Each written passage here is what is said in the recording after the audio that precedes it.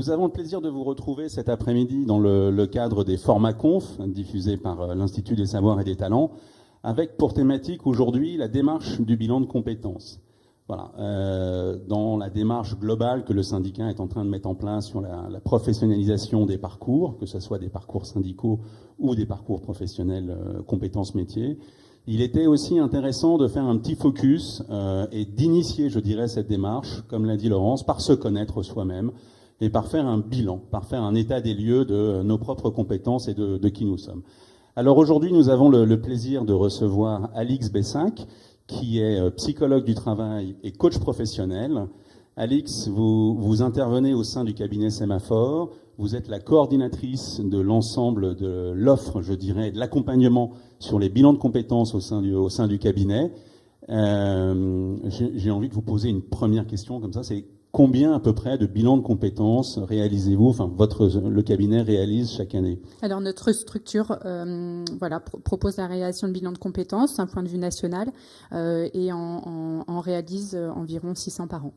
D'accord, donc c'est un bon retour d'expérience. Tout à fait. Très bien. Alors, justement, je vous propose, fort de cette expérience, de nous expliquer un petit peu la démarche, et puis quel est l'intérêt, enfin je dirais, quel est l'intérêt, l'objectif d'un bilan de compétences. Tout à fait. Alors, les intérêts et les facteurs clés d'une démarche de bilan de compétences. On peut s'interroger aujourd'hui sur notre activité professionnelle. On s'aperçoit qu'on arrive dans des cycles de vie où on nous demande assez régulièrement de nous positionner sur le marché, de réfléchir à notre mobilité. Et donc du coup, là où avant on avait des carrières professionnelles très linéaires, des cursus de formation qui se terminent, l'intégration du marché du travail qui à l'époque était un petit peu plus facile qu'aujourd'hui, nous faisait assez peu nous questionner sur notre activité professionnelle. Aujourd'hui, on nous demande d'être moteur, acteur, de s'impliquer dans le cadre de cette démarche-là, et l'outil du bilan de compétences, du coup, a toute sa place afin de venir vous accompagner dans ces réflexions-là. Donc l'un des intérêts intéressants pour les collaborateurs de réaliser cette démarche-là va être de faire le point sur ma situation, c'est-à-dire de prendre le temps de se poser, de réfléchir, d'avoir un interlocuteur privilégié sur sa carrière, qui n'est pas forcément l'entourage personnel ou professionnel, une personne extérieure à notre organisation qui peut venir nous aider à de réfléchir sur le parcours, la carrière, mes choix professionnels, mes choix syndicaux, mes choix d'évolution. Et de prendre le temps de mener cette réflexion peut être l'un des objectifs et l'un des intérêts à réaliser cette démarche de bilan de compétences. C'est ça en fait, c'est vraiment un moment privilégié où on peut se poser. C'est ça. C'est s'occuper un peu de son nombril, si j'ose dire, pour Exactement. voir. Exactement. Cet aspect, ce moment privilégié. Tout à fait. J'ai envie de dire, dans une carrière professionnelle ou dans un contexte professionnel, en fait, où on est ballotté un petit peu de projet en projet, on voit que les cycles économiques sont de plus en plus courts.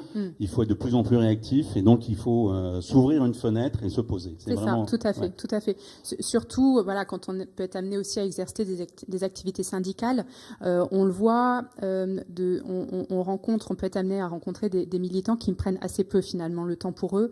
Ils le prennent très facilement pour leurs collègues, assez moins pour eux. Et la démarche de bilan peut permettre d'avoir un temps un peu introspectif, de réflexion vis-à-vis de soi. Un autre intérêt qui peut être porté dans le cadre d'un bilan, ça va être un projet de mobilité. Alors, la mobilité, on en entend parler dans le cadre de mobilité parfois géographique. Dans un contexte de crise sanitaire, c'est vrai qu'aujourd'hui, on a des projets de mobilité et de souhait de vouloir quitter un environnement géographique. On peut envisager une mobilité interne.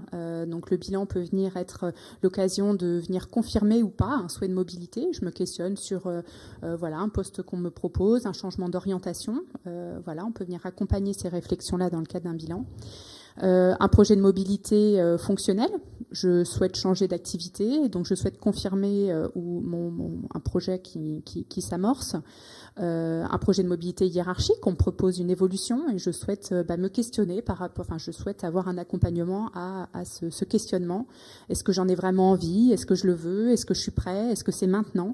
Tout ça vient constituer une réflexion qu'on peut mener dans le cadre d'un bilan de compétences. Alors, vous parliez d'une mobilité géographique. Est-ce que le contexte actuel génère justement une demande particulière sur cette? Vous voyez un trend qui se dégage? Tout à fait. Ouais. Tout à fait. Aujourd'hui, c'est vrai qu'en termes de mobilité, les gens souhaitent allier finalement une meilleure conciliation entre vie professionnelle et vie personnelle.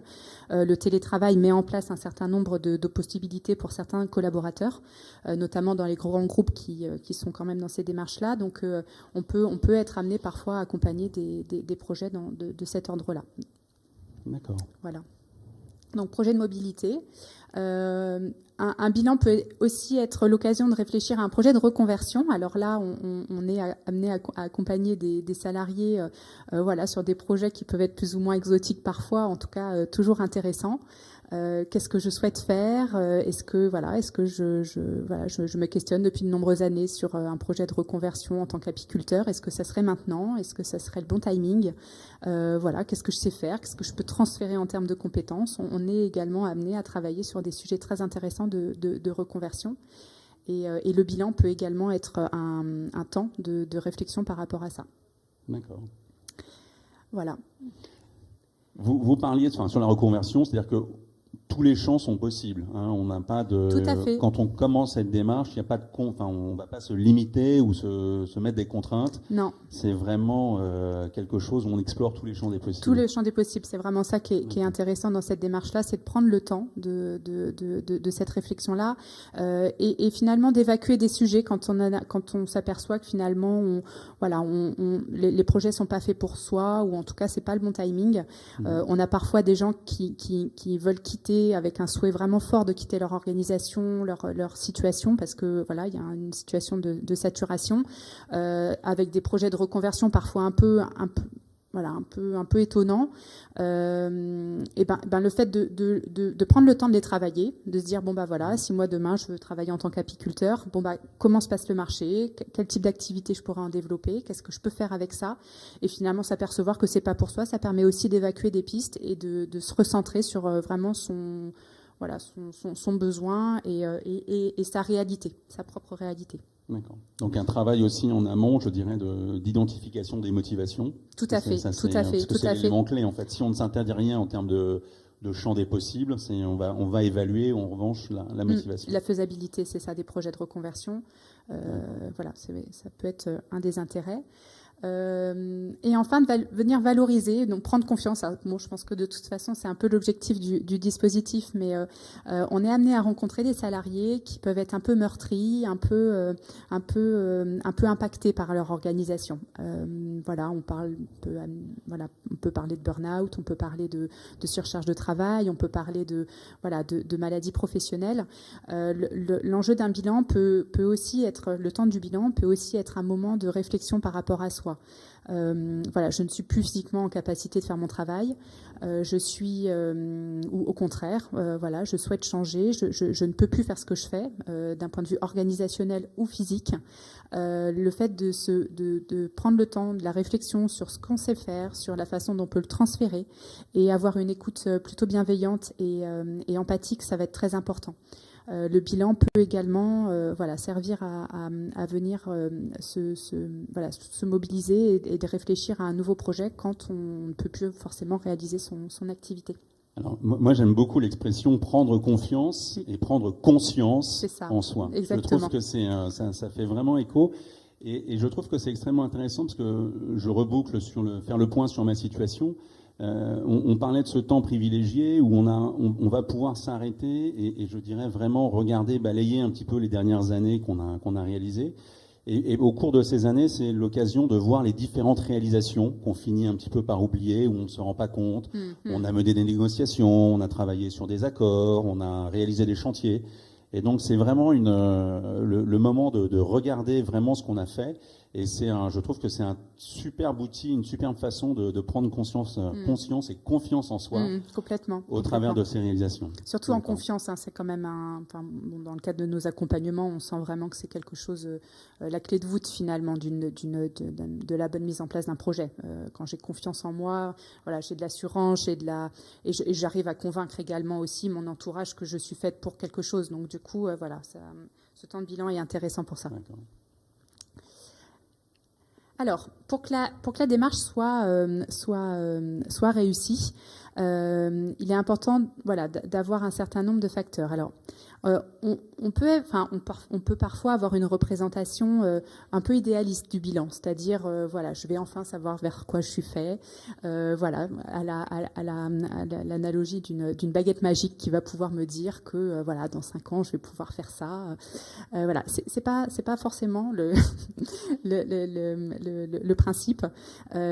Pour qu'une démarche soit bien réussie, il faut 5 grands principes, 5 piliers qui nous permettra de réussir ce dispositif-là. Dans un premier temps, c'est d'être acteur, c'est-à-dire que c'est important de pouvoir être vraiment actif, proactif dans ces démarches. Le consultant aura sa part d'activité, sa part de travail. Le collaborateur aura également des choses à travailler de son côté. On verra tout à l'heure l'alternance entre phase d'investigation et temps de travail personnel et temps d'entretien. Voilà, d'être acteur, de se mobiliser, d'aller rencontrer des personnes, voilà, vraiment mener une réflexion, de travailler les outils. On est vraiment dans une dimension active et proactive dans son bilan. Voilà, une part d'activité, une part de... Pardon. Oui, non, j'allais dire, c'est se laisser guider, mais rester pas vigilant, mais rester actif, c'est ça. C'est ça, tout à fait. C'est suivre les choses, dire qu'on est... oui, ça. Se laisser guider, dire exprimer qu'on va dans une bonne direction, au contraire, que peut-être le consultant n'a pas tout compris de notre personnalité ou de nos ambitions, mais ce qui veut dire aussi se livrer complètement. Enfin, je veux dire, c'est ne pas cacher. Enfin, ne pas cacher les choses. Dans un sens, tout à fait. C'est vraiment une logique tout à fait, d'avoir une bonne relation de confiance. Une relation de confiance avec le consultant. Avoir une vision claire, parce que on peut. Alors, les objectifs du bilan sont vraiment orientés sur le fait de savoir concrètement ce sur quoi je vais aller et d'être plutôt clairvoyant par rapport à soi. Comme disait Damien, l'idée c'est vraiment d'avoir un bon niveau pas d'introspection, mais en tout cas d'avoir un bon niveau de recul par rapport à soi pour être honnête. L'honnêteté est très importante dans cette démarche.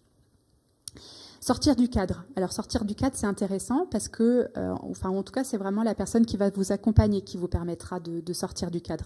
Vous évoluez dans une organisation avec, depuis un certain nombre d'années, il y a finalement des questions que vous posez plus sur votre activité parce que c'est comme ça, parce que ça a toujours été comme ça. Le fait de prendre un temps de discussion avec quelqu'un d'extérieur à votre organisation va vous permettre d'ouvrir un peu plus le champ des possibles, pour reprendre une expression un peu à la mode, mais voilà, l'idée c'est vraiment ça, c'est au travers une réflexion un peu anodine, de vous faire prendre conscience que ça peut être autrement. Mon organisation, votre organisation vous permet d'évoluer dans un cadre donné, en sortir un petit peu, faire un petit pas de côté, vous permettra de pouvoir être un petit peu plus transparent, ou en tout cas d'ouvrir les possibilités d'une mobilité qui pourrait être mise en œuvre. Alors, le 4e point, c'est inventorier ses compétences transférables. Voilà, tout à fait. Alors, on va décliner. Alors, l'enjeu n'est pas de venir détailler ce qu'est une compétence. En tout cas, la transférabilité des compétences est importante. C'est-à-dire que je vais réfléchir, et je vais être amenée à réfléchir sur ce que j'ai pu développer dans une activité, comment je peux le faire autrement. C'est-à-dire, dans le cadre de mes activités syndicales, j'ai été amenée à négocier parfois avec des personnes assez haut placées dans la hiérarchie. Toute cette activité de négociation, comment je peux la capitaliser aujourd'hui dans le projet que je vais pouvoir mener demain. De venir identifier un petit peu quels sont ces acquis pour rendre après transférable l'ensemble de ces apports, l'ensemble de ce qu'on sait faire, de ces savoir-faire, dans un autre cadre de travail. Et ça va être aussi le succès d'une bonne démarche de bilan. Des compétences qui sont liées à l'accompagnement, qui sont liées à l'animation, un peu à la bienveillance, enfin, au fait de prendre soin des uns des autres. Tout à fait, tout à fait. Puis la négociation, bien sûr, ça, je pense que c'est qu'elle soit, qu'on puisse transposer dans des logiques de médiation par la suite. C'est ça. Ou d'action commerciale. Enfin voilà, c'est des sujets intéressants. Alors, bien évidemment, si on est dans le cas de créer un projet, c'est pour quelque part changer. Et donc il faut s'interroger sur ce changement. Tout à fait. S'interroger sur ces processus de décision va être très important. Je change pour quelque chose. Alors le changement n'est jamais confortable, hein, que ce soit il y a des personnes et des personnalités qui sont plus ou moins facilitants, en tout cas adeptes du changement. En tout cas, ce changement il est accompagné. Qui dit changement de projet, dit deuil, dit accompagnement dans ces deuils-là et d'identification de ce qui pourrait bloquer ces changements. Voilà, donc identifier et être aussi à l'écoute de ces processus va être très important dans cette démarche pour valider que la mise en place, que le projet sera bien réaliste et réalisable compte tenu de la situation du collaborateur. Ouais. Et là, à nouveau, une transparence personnelle, hein, puisque accompagner un changement, ça veut dire que, si je change, je dois accepter le changement et je dois en être capable. Donc, se projeter, en fait. Tout à fait. Voilà. Tout à fait. Okay. Tout à fait. Alors, les petits plus d'une démarche, c'est-à-dire que là, on voit aujourd'hui qu'il est important de mobiliser les acteurs ressources utiles. Alors, qu'est-ce que c'est qu'une ressource utile ou un acteur ressource utile? Alors, les acteurs ressources, alors en coaching, on parle de stars intimes, on parle de personnes qui vont nous être utiles dans le cadre de notre mobilité. On a tous des sponsors, on a tous des personnes qui nous ont aidés à un certain moment et qu'on va venir et qu'on peut être amené à utiliser. Alors j'aime pas trop ce terme, mais en tout cas on est mobilisé, voilà, c'est ça, mobilisé dans le cadre de ces démarches. Il peut y avoir des démarches dans le cadre de bilan, d'enquête un petit peu 360, c'est-à-dire je viens questionner l'entourage professionnel des salariés pour avoir leur retour de façon un petit peu plus clairvoyante. Ou en tout cas un peu plus étendu. Voilà, ces acteurs-là vont être très importants dans le cadre d'une mobilité. Comme on avance très peu ou en tout cas moins rapidement tout seul. Enfin peut-être plus rapidement tout seul, mais en tout cas moins efficacement. Prendre en compte l'écosystème du salarié va être très important aussi dans le cadre de cette démarche. Donc ces ressources utiles sont un peu des tuteurs, en fait, des gens qui nous connaissent bien, qui peuvent nous accompagner, qui sont des points d'appui pour nous dans cette démarche. Tout à fait. Dans le cadre d'une mobilité interne, ça peut également être des personnes qui exercent déjà des activités en reconversion, de façon à venir nous appuyer et nous aider dans le cadre des démarches de reconversion qu'on serait amené à mettre en place.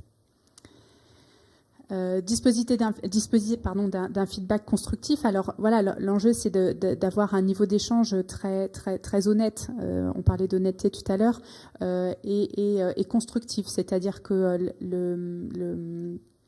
tout au long de la démarche, l'enjeu va vraiment être de réfléchir et d'avoir des retours assez réguliers. De capitaliser sur à la fois les talents que l'on a et les motivations sur lesquelles on peut s'appuyer. C'est vraiment ces deux aspects. C'est aujourd'hui ce que l'on a commencé à réaliser au sein d'une démarche de questionnaire de personnalité à travers le projet Socrate. Alors, le dernier élément, c'était accéder à un portefeuille de compétences techniques. Là, je crois que c'est intéressant aussi de voir un petit peu ce qui se passe dehors et de faire de la comparaison, de regarder, c'est un petit peu l'idée, j'imagine. Tout à fait. Un portefeuille de compétences. L'idée, c'est vraiment, c'est le principe du dispositif en tout cas, hein, c'est de venir capitaliser, de prendre conscience de tout ce qu'on sait faire, de façon à venir décliner après l'ensemble de ces compétences vers des compétences transférables. D'accord. Voilà. Alors, est-ce qu'on a quelques retours maintenant sur ces facteurs clés, ou en tout cas sur des gens qui suivent des bilans de compétences? Je crois qu'on avait éventuellement. On a quelques retours, donc des exemples d'enquêtes de satisfaction qui sont réalisées et sur les attentes en fait et les objectifs qui ont été plus ou moins atteints dans le cadre de cette démarche de bilan de compétences.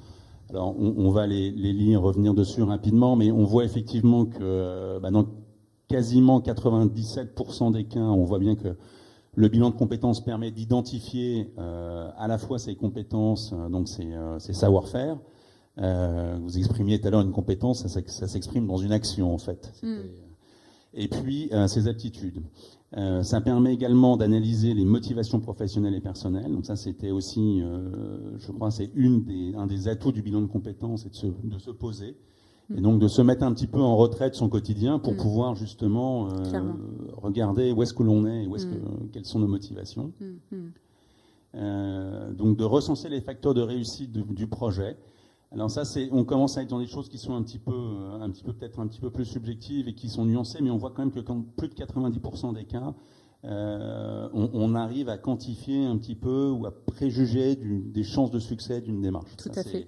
C'est vraiment important et je crois que là, il faut être, on le disait tout à l'heure, c'est qu'il faut être vraiment dans une démarche transparente pour se donner les chances de réussir. Alors, et puis ça permet bien évidemment, on l'a évoqué, c'était un petit peu l'objectif, c'est de déterminer un projet professionnel.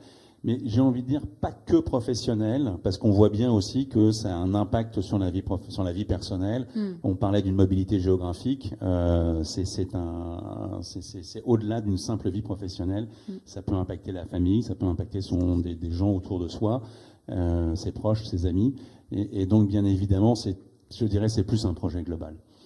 Voilà. Et enfin, l'intérêt, c'est d'avoir une démarche qui se construit avec un plan d'action, donc avec des jalons, où on va bien définir, identifier les différentes actions, se définir des objectifs SMART, qui sont bien quantifiables, atteignables. Et ça, c'est aussi, je dirais, la réussite d'un bon bilan de compétences, c'est d'arriver à avoir une vision stratégique sur la réalisation. Tout à fait.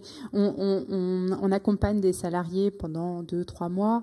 Voilà, l'idée du plan d'action au terme de cette démarche, c'est vraiment de garder cette dynamique-là, garder le temps qu'on a consacré à son bilan, de façon à venir mettre en place le projet qui aura pu être identifié au cours du bilan. Donc, c'est effectivement un élément très important pour finaliser son bilan. D'accord.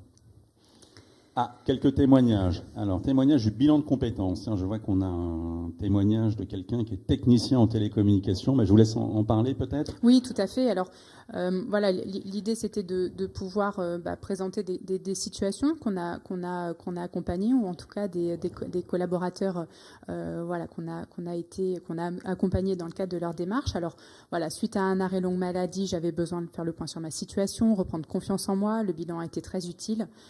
Voilà, donc revaloriser mes compétences. Voilà, dans le cadre de points où on peut être un petit peu à l'arrêt, où on rencontre un petit peu de problématiques à se projeter. Ça peut être également aussi de la confirmation de projet, c'est-à-dire je ne sais pas trop ce que je vais faire. Bon, je pense au concours de professeur des écoles, je ne sais pas trop, mais bon, voilà, pourquoi pas. Voilà, donc des projets de reconversion intéressants de ce point de vue-là. On peut être amené aussi. En fait, la question de l'orientation, elle est présente à tout âge. En fait, c'est ça qui est assez sympa dans ce métier-là, c'est qu'en fait, à tout âge et à tout moment, finalement, la question de l'orientation se pose. Qu'elle soit au démarrage d'une carrière, voilà, en troisième, où on doit, commencer à réfléchir à son orientation, que ce soit à 30 ans, parce que voilà, on souhaite aménager une vie familiale, une vie personnelle un petit peu plus facilitante avec sa carrière. Voilà, à 50 ans, la question de l'âge est souvent quelque chose d'important. Vous comprenez, à mon âge, voilà, on a voilà. Donc en tout cas, voilà, venir éclaircir un projet de reconversion. On parle de mobilité interne également, voilà, dans le cadre on recherche pas forcément à l'extérieur de son activité quand on fait un bilan. On peut avoir un peu cette représentation-là de je fais un bilan pour partir. Non, je peux très bien faire un bilan pour rester en interne et me faire accompagner dans mes démarches. Donc voilà, donc la méthodologie est clairement adaptée en fonction des attentes de chacun. Voilà, si je souhaite rester en interne, qu'est-ce que je peux faire? Comment est-ce que je peux me vendre? Quelles compétences est-ce que je peux mettre en avant? Tout ça peut constituer clairement un objectif de bilan.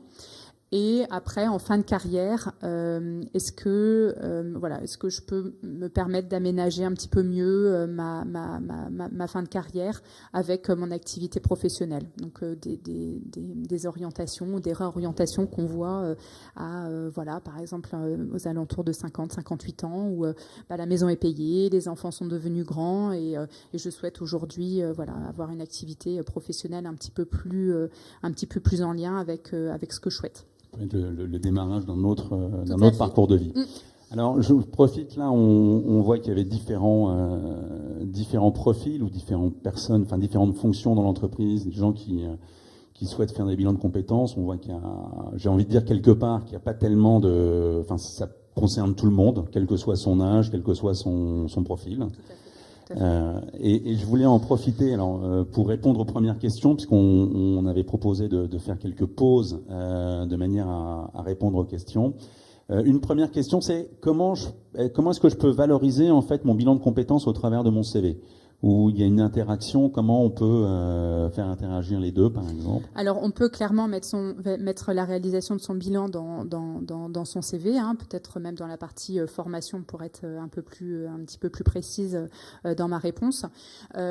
Au contraire, ça viendra ça viendra indiquer à la personne qui lira votre CV que vous avez mis en place cette réflexion-là et que vous êtes acteur de votre parcours, ou en tout cas, ça viendra montrer que la cohérence de la suite de cette étape. Parfois, il peut y avoir des projets un peu disruptifs. Hein, je vais faire tout à fait autre chose. Le fait de mettre un bilan le bilan de compétences sur son CV viendra rassurer l'employeur ou le lecteur de la cohérence de votre projet. C'est-à-dire que le projet, il aura été travaillé avec un professionnel de l'accompagnement, avec tous les points d'alerte et tous les points de vigilance qu'il peut y avoir, et que nous, on est en capacité de vous donner quand on est professionnel de ce sujet-là. Et je pense qu'indépendamment de le mettre en valeur sur le papier ou sur son CV proprement parlé, c'est que dans l'échange qui est fait avec la personne qui prend connaissance ou qui lit votre CV, c'est que ce travail qui est fait sur les différentes réalisations, en fait, tout ce travail introspectif qui est sur les grands chantiers que j'ai menés, les réalisations font que d'une part, j'ai déjà formalisé ça et c'est beaucoup plus facile pour moi de l'exprimer. Je peux y associer quelques anecdotes qui me permettent de rendre cet échange beaucoup plus convivial et plus agréable. Et puis, excusez-moi, j'ai perdu le fil. Il y avait un autre élément, mais c'est pas très grave. Alors, il y avait d'autres questions. Est-ce que je dois forcément être un élu pour pouvoir bénéficier des formations ou entre guillemets des services de l'Institut des savoirs et des talents? Bien évidemment non. Vous avez, en fonction des sujets, vous avez des formations qui, celles, sont réservées à des élus. Vous avez des formations qui sont ouvertes à tout le monde. Et vous avez, on en reparlera dans l'atelier de mercredi où on va décliner un petit peu justement tout ce chantier qui est piloté par le syndicat, à la fois sur la connaissance de soi, le questionnaire de personnalité qui est l'une des premières étapes. Et puis, pour ceux qui le souhaitent, pouvoir prolonger sur une démarche plus personnelle, qui est celle du bilan de compétences. Donc ça, je vous propose qu'on regarde, on abordera vraiment ces questions mercredi matin à partir de 9h30. Voilà, j'en profite pour faire un peu de teasing. Voilà. Alors, Alix, je vous laisse présenter donc la méthodologie du bilan de compétences, que je crois que depuis la réforme, c'est quelque chose qui maintenant est très bien encadré. Tout à fait. C'est un cadre. La démarche est réglementée. Un cadre légal vient réglementer le phasage du bilan. Donc, pour ça, vous le retrouverez de façon assez réglementaire. Alors, en termes de phase, on est dans un premier temps sur une première phase préliminaire. L'enjeu, c'est de se mettre d'accord sur les objectifs du bilan. C'est que au démarrage, il y a effectivement une prise de contact avec le consultant, avec la personne qui va. Là, concrètement, c'est 1 heure à peu près. Enfin, j'ai un temps avec le consultant, la personne qui va m'accompagner. Tout à fait. Alors, déjà, on fait connaissance. Donc, tout à fait. Ça matche ou ça matche pas, j'imagine. C'est ça. Et alors, ça, c'est important. Il faut rencontrer, faut vraiment rencontrer plusieurs consultants dans la mesure où effectivement, faut que ça fitte, quoi. On va être ensemble pendant un certain nombre de temps. Il faut que vous soyez dans un assez bon niveau de confiance avec la personne qui va vous recevoir. Donc l'enjeu, c'est vraiment ça, de trouver quelqu'un et la bonne personne. Donc nous, on parle d'entretien préalable au bilan, c'est aller rencontrer des gens, aller rencontrer des professionnels. Et faites votre choix en fonction de un peu votre cœur, ou en tout cas un peu du feeling que vous aurez avec la personne qui va vous accompagner. C'est vraiment l'enjeu. Donc une première phase préliminaire où là, pendant 2 heures, on va vraiment se mettre d'accord sur les objectifs du bilan. C'est-à-dire on va en méthode un peu de coaching, hein, on va reprendre les objectifs et voir ce qui va être à notre main, pas à notre main, qu'est-ce qui va être de l'ordre du travail du consultant, de l'ordre du travail du salarié, du collaborateur, et se mettre d'accord sur le type d'un contrat, quoi. Ce sur quoi on va venir s'évaluer, à quoi est-ce que je vais à quoi je vais valider que mon bilan sera réussi à la fin, qu'est-ce que je veux avoir validé. On définit le cahier des charges, les différentes étapes. Tout à fait. On pose les jalons. On pose les jalons d'un accompagnement et de ce que la personne attend. On est vraiment dans une démarche spécifique et c'est ça qui est vraiment chouette avec cette démarche, c'est qu'en fait, chaque collaborateur est assez unique et l'idée, c'est vraiment de lui proposer un programme sur mesure. Donc, ces 2 heures de phase de préliminaire vont vraiment viser à ça, à se mettre d'accord sur les objectifs du bilan et adapter la démarche en fonction de la méthode, adapter sa méthodologie en fonction des souhaits du collaborateur. Donc 2 heures de phase préliminaire, 20 heures de phase d'investigation. Alors 20 heures, ça peut être long, mais évidemment on est sur une démarche qui va durer 2 à 3 mois. Dans un premier temps, l'idée c'est de vous rencontrer, c'est de vous connaître. Donc c'est de faire un point sur le parcours professionnel. Alors professionnel, extra-professionnel, syndical. L'idée c'est de balayer vraiment tout le spectre d'activité d'un collaborateur et vraiment venir vous connaître tant d'un point de vue professionnel que vos formations et que l'ensemble de vos activités. Parce qu'on s'apercevra qu'effectivement, certaines compétences ou certaines aspirations peuvent venir de là. Et voilà, est-ce que je me questionne sur un mandat à temps plein? Est-ce que je passe le pas ou pas? État des lieux du parcours, bilan vraiment un peu introspectif. Je regarde un peu dans le rétro et je fais un petit point sur mon parcours.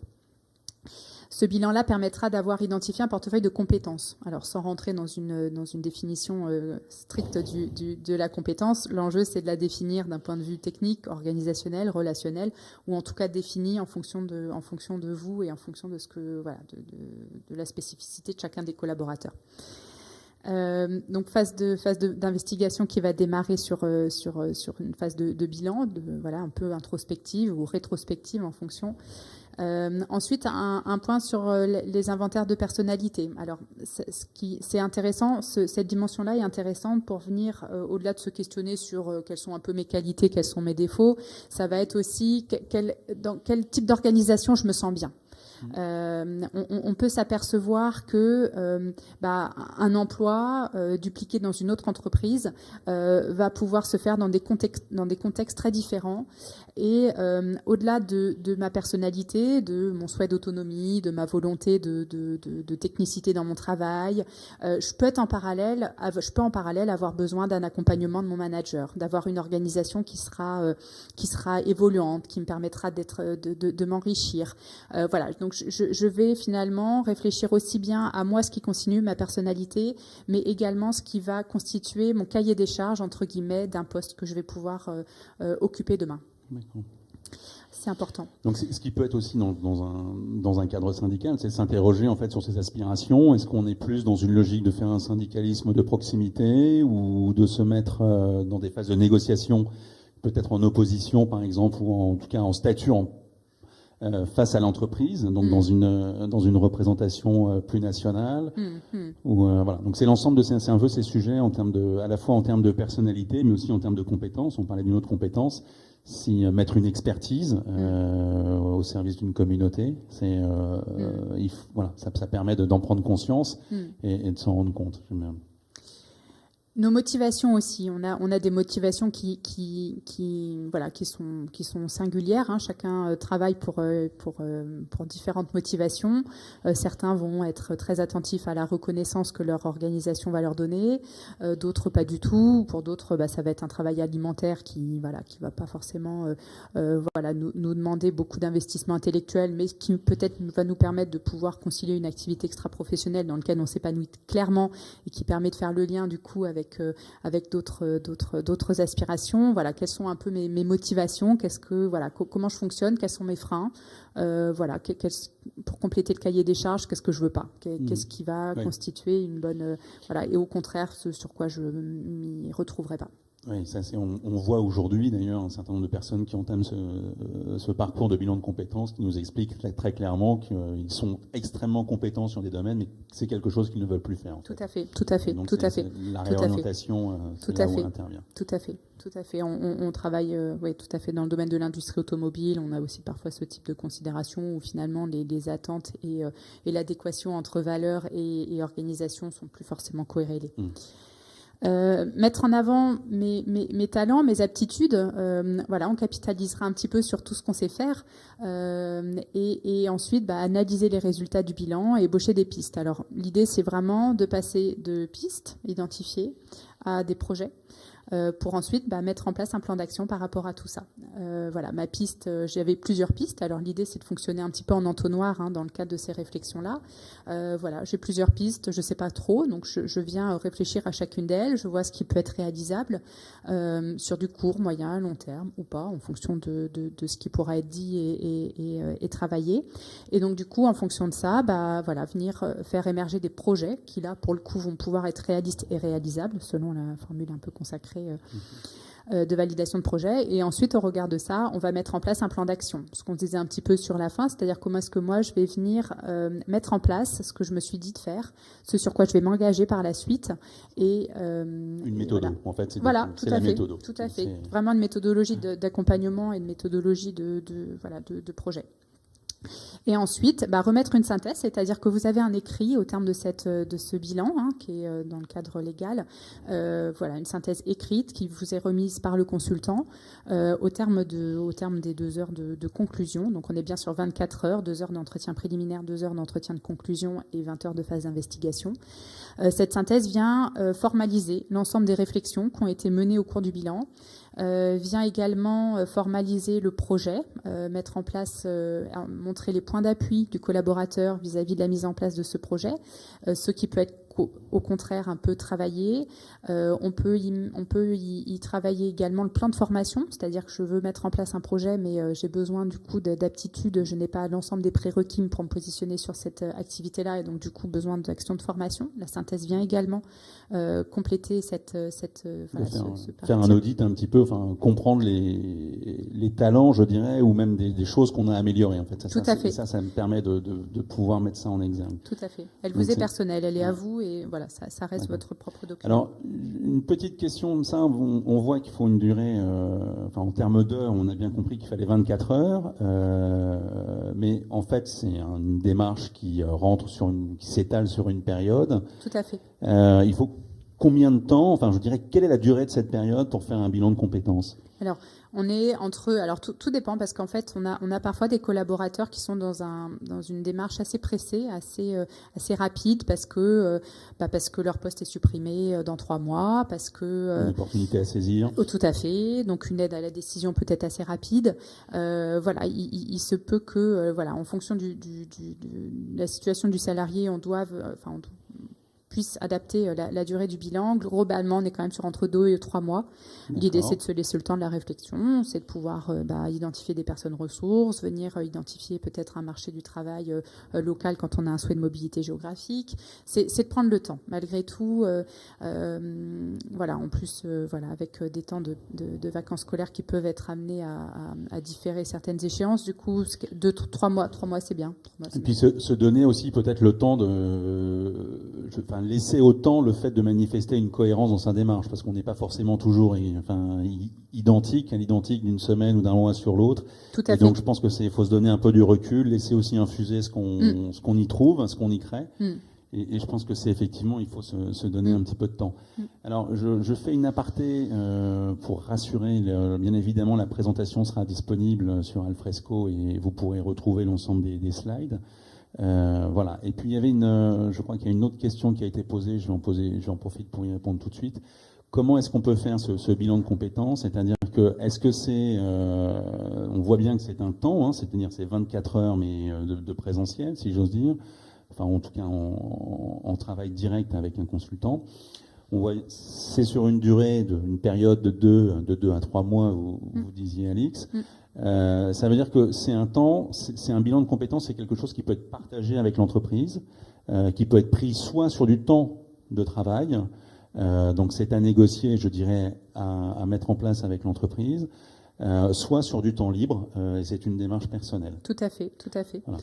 Et ce qui est une autre façon, j'en profite pour répondre du coup sur les aspects budgétaires, c'est-à-dire que dans le cadre d'une démarche qui est mise en place par l'entreprise, ce sera pris en charge par l'entreprise, hein, c'est le financement de ce bilan de compétences. En revanche, sur une démarche personnelle, c'est quelque chose pour lequel on peut mobiliser son CPF et permettre donc de financer grâce à son compte personnel de formation cette démarche de CPF, ce qui n'empêche pas d'ailleurs de demander à l'employeur de pouvoir la réaliser pendant son temps de travail. Tout à fait, c'est exactement ce que j'ai complété. Voilà, tout à fait, tout à fait. Vous pouvez avoir utilisé le CPF sur temps de travail, hors temps de travail, ou un financement plan de formation, plan de développement des compétences maintenant. Tout à fait, c'est une modalité. Et après, je pense que dans le cadre d'une démarche personnelle, c'est quelque chose qui peut être, enfin corrigez-moi si je me trompe Alix, mais qui peut être aussi bien vu par l'employeur, parce que c'est le fait de s'intéresser à ce que l'on est, à ce que l'on peut apporter à l'organisation, à l'entreprise, et donc un moment où on a envie de construire, je dirais, quelque chose, soit de consolider quelque chose, soit de construire une autre chose, quelque chose de nouveau. Tout à fait. Donc je pense que c'est aussi un élément intéressant, un point intéressant, une démarche intéressante pour l'entreprise. Clairement. Qui peut voir justement où en sont ses collaborateurs et avoir des échanges particuliers. Tout à fait. C'est vraiment un outil de réflexion par rapport à sa mobilité et c'est toujours intéressant de voir ses collaborateurs en réaliser de façon à les voir aussi se mettre en action et voilà de leur parcours. C'est pas de mauvais augure. Ouais. Ok, alors là on a vu le schéma de déroulement du bilan de compétences, donc avec le timing. Quelles sont les différentes étapes? Voilà, la méthodologie du bilan de compétences. Alors voilà, bon, rapidement, la méthodo, alors elle reste la même. C'est ce que je vous disais tout à l'heure par rapport au fait de venir adapter l'ensemble de la démarche à l'objectif qui va être mené. Grosso modo, on peut avoir soit une démarche de construction de projet. Je ne sais pas du tout ce que je veux faire. Je sais ce que je veux pas, mais par contre, je ne sais pas du tout ce que je veux. Donc, du coup, une démarche de construction d'un nouveau projet ou une démarche plutôt de confirmation. J'ai quelques pistes, mais je suis pas bien sûre de moi. Du coup, je voudrais juste les consolider, les valider et les transformer finalement en projet réaliste. Donc, en fait, on s'aperçoit que la démarche, elle est vraiment singulière et individuelle. Donc du coup, une méthodologie qui est vraiment adaptée en fonction des attentes du collaborateur, du timing qui nous est laissé et voilà, des objectifs à atteindre. Donc une méthodologie. Alors on peut le faire à distance. Je conduis des bilans où j'ai jamais vu les collaborateurs. Bon, ça peut tout du moins physique, mais je connais beaucoup de choses de leur vie. C'est toujours assez rigolo. Donc la démarche peut clairement être adaptable en fonction de la modalité d'outils. Et une approche qui peut également être faite en fonction du profil, c'est-à-dire qu'on n'utilisera pas nécessairement les mêmes outils quand on aura des publics de managers, quand on aura des publics de techniciens. L'enjeu, c'est vraiment de rendre abordable et de répondre aux besoins de chacun des collaborateurs. Donc il n'y a pas de méthodologie proprement dite de circonstanciée, on est vraiment dans la dentelle, quoi. D'accord. Et c'est vraiment ça la richesse du bilan de compétences, c'est un temps individuel passé avec un consultant rien que pour soi. Tout à fait, tout à fait. On a généralement 8 entretiens de 2 heures. Alors après, en distanciel, 2 heures d'entretien, ça peut être un peu lourd. Donc on adapte en fonction de la disponibilité des collaborateurs aussi, parce qu'on peut avoir du temps de travail et sur temps de travail, se dégager 2 heures, c'est pas nécessairement chose pratique. Donc des temps qui peuvent être adaptés en fonction de la disponibilité et voilà. Du coup, Ok. Il se peut, alors on verra après un petit peu les outils, mais l'idée c'est de ne pas être tout seul dans cette démarche-là. On peut être dans des phases introspectives un peu individuelles. L'enjeu est également de pouvoir se faire un peu driver, conduire dans ces recherches documentaires et avoir aussi une approche un peu collective. C'est-à-dire que il se peut que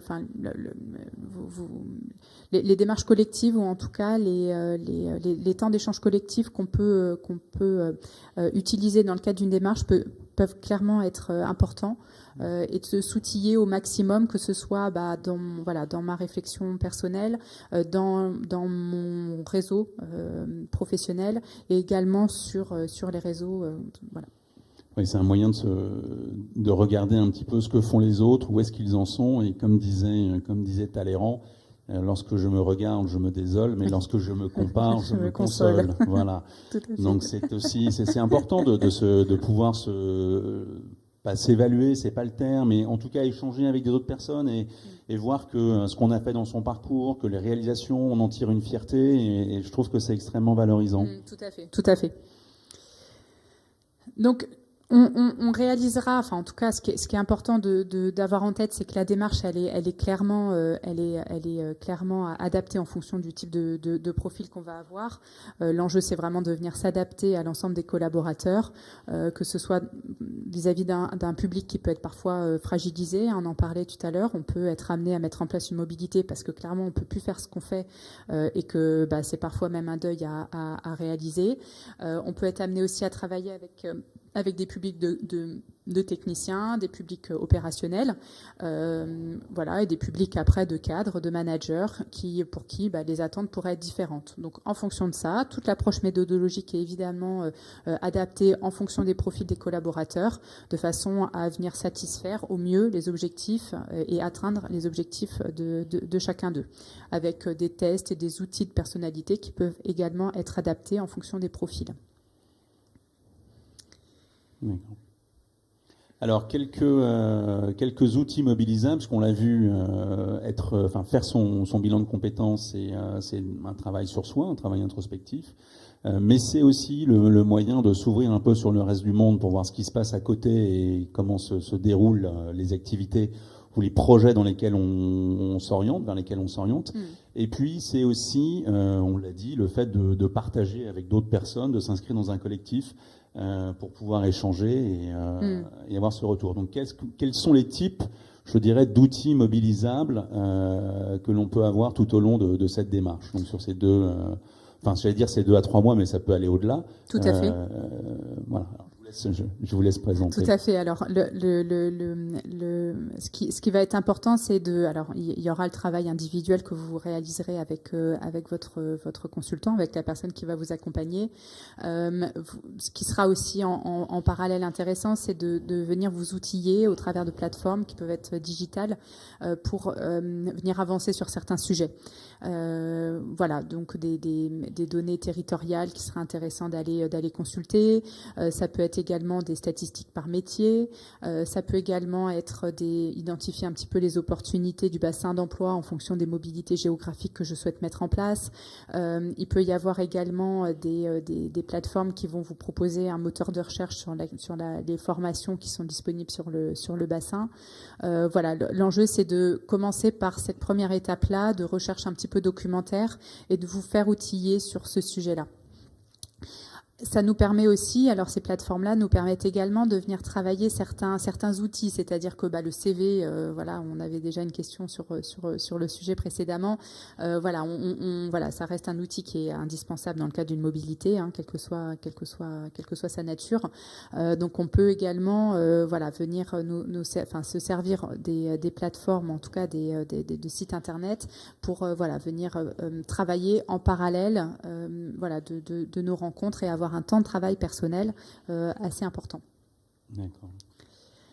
Alors, on a effectivement également des tests de personnalité qui sont proposés. Alors, bon, l'idée c'est vraiment d'être dans une démarche de tests de personnalité au travail. Il y a des éditeurs de tests qui sont spécialisés sur le sujet. Voilà, donc venant travailler un petit peu ma personnalité, mes attitudes au travail, pour voilà, dresser un état des lieux de ce qui me fait moi être ma personnalité au travail et la façon dont je peux venir capitaliser entre guillemets dessus. Ça peut être identifier un petit peu mon raisonnement logique, ma thèse de culture générale. On est parfois dans le cadre de souhaits de mobilité nécessitant d'avoir voilà, une culture générale assez importante quand par exemple on envisage de passer des concours ou quoi. Il y a effectivement des tests qui peuvent être utilisés sur ce paragraphe-là. Et ensuite des tests peut-être voilà, d'orientation, gestion de carrière pour venir confirmer certains aspects de personnalité au regard du projet qui peuvent être menés au cours du bilan. D'accord. Voilà. Très bien. Voilà, et puis là, donc on a quelques exemples de conférences en ligne, parce qu'on l'évoquait, c'est la possibilité d'avoir accès à des plateformes, et donc également des plateformes avec des conférences, des échanges et des témoignages, ce qui est toujours intéressant d'essayer d'avoir le maximum d'informations disponibles pour être en mesure de faire le bon choix. On a également des MOOC. Enfin, voilà, les consultants sont là. Enfin, l'enjeu, c'est vraiment de se mettre un petit peu en démarche. Et donc, du coup, c'est les conférences que vous pourrez trouver en ligne sur LinkedIn, sur d'autres. C'est des choses que vous pouvez aussi, auxquelles vous pouvez aussi avoir accès, qui peuvent vous permettre de venir travailler certains sujets ou de travailler une méthodologie d'accompagnement. D'accord. Très bien, merci beaucoup Alix, parce que là on a fait un petit peu le tour de la démarche, que ce soit à travers les modalités, les différents jalons, la méthodologie, l'intérêt. Peut-être une question, est-ce qu'il y a plus d'hommes ou de femmes qui font des bilans de compétences? Est-ce qu'il y a est-ce qu'il y a quelque chose comme ça, par exemple? Est-ce qu'on définit des trends? Il y a des âges aussi? Est-ce que non? Alors en fait, pas spécialement. On s'aperçoit que c'est généralement des contextes organisationnels qui fait qu'on peut mettre en place ce type de démarche. De là à venir, peut-être plus. Enfin bon, ça va pas être des données très fiables, donc okay. Je ne vais pas répondre. Alors une question qui rejoint un petit peu, c'était la question avec ça rejoint la question du CV. Comment je peux faire jouer CV, bilan de compétences? Et une fois que j'ai fait ma démarche, j'ai fait mon bilan de compétences, donc j'ai écrit un projet. Qu'est-ce que j'en fais en fait? C'est quoi les next steps, enfin les prochaines étapes? Alors après, tout va dépendre du projet qui va être mené et au cours du bilan, tout dépend des projets qui peuvent être menés. Soit je vais effectivement commencer la mise en place de démarches de formation parce qu'effectivement je m'aperçois que c'est plutôt en lien avec le projet que je souhaite mener. On peut venir compléter par exemple du réseau qui va également être très important dans le cadre de sa mobilité. LinkedIn, tous les outils un petit peu de réseaux sociaux professionnels vont également être importants, donc continuer de se mettre sur ces réseaux. Tout va dépendre en fait du projet qui va vouloir être mené dans le cadre du bilan. C'est dans le cadre d'une reconversion, d'un élargissement, d'une mobilité professionnelle. Ça va vraiment varier en fonction du projet qui va être mené. D'accord. Écoutez, merci beaucoup Alix pour cet échange. Je pense qu'on a vu un petit peu l'ensemble des contours et de la démarche.